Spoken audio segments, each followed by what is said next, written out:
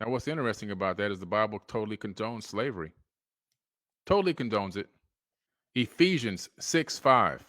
Slaves, obey your earthly masters with deep respect and fear.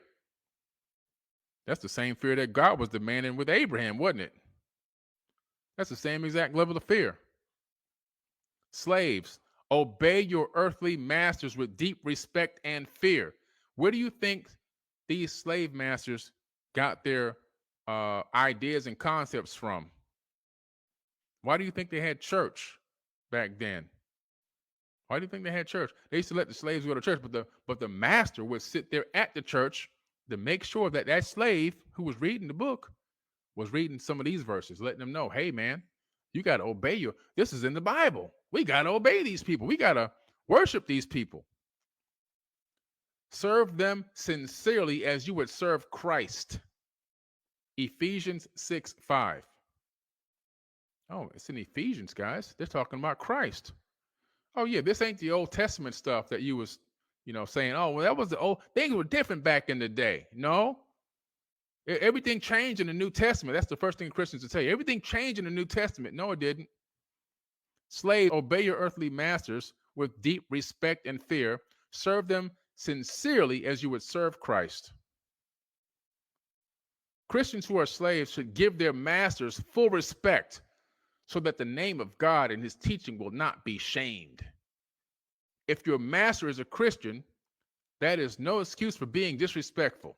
You should work all the harder. See how they programming you to work hard and be a slave? You should work all the harder because you are helping another believer by your efforts. So pick that cotton out there. Get that cotton and pick that cotton, boy. Because guess what? You're serving God.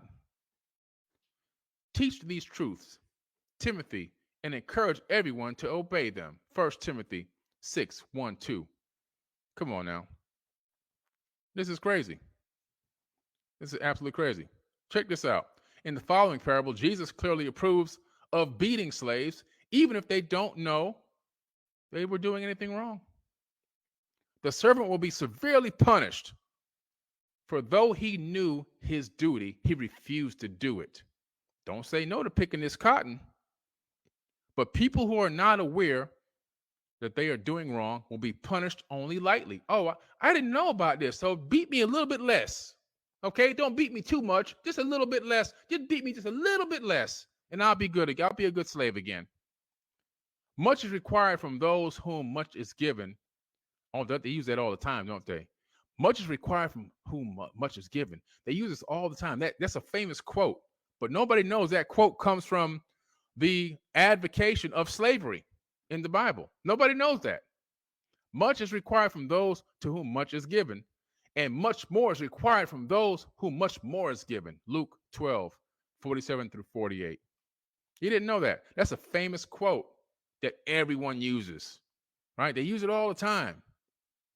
But they don't tell you that it comes from a quote that advocates slavery in the New Testament. They don't tell you that.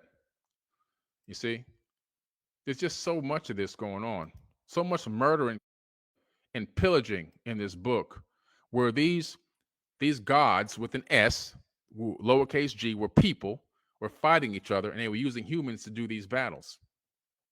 By Compendium of the Emerald Tablets by Billy Carson.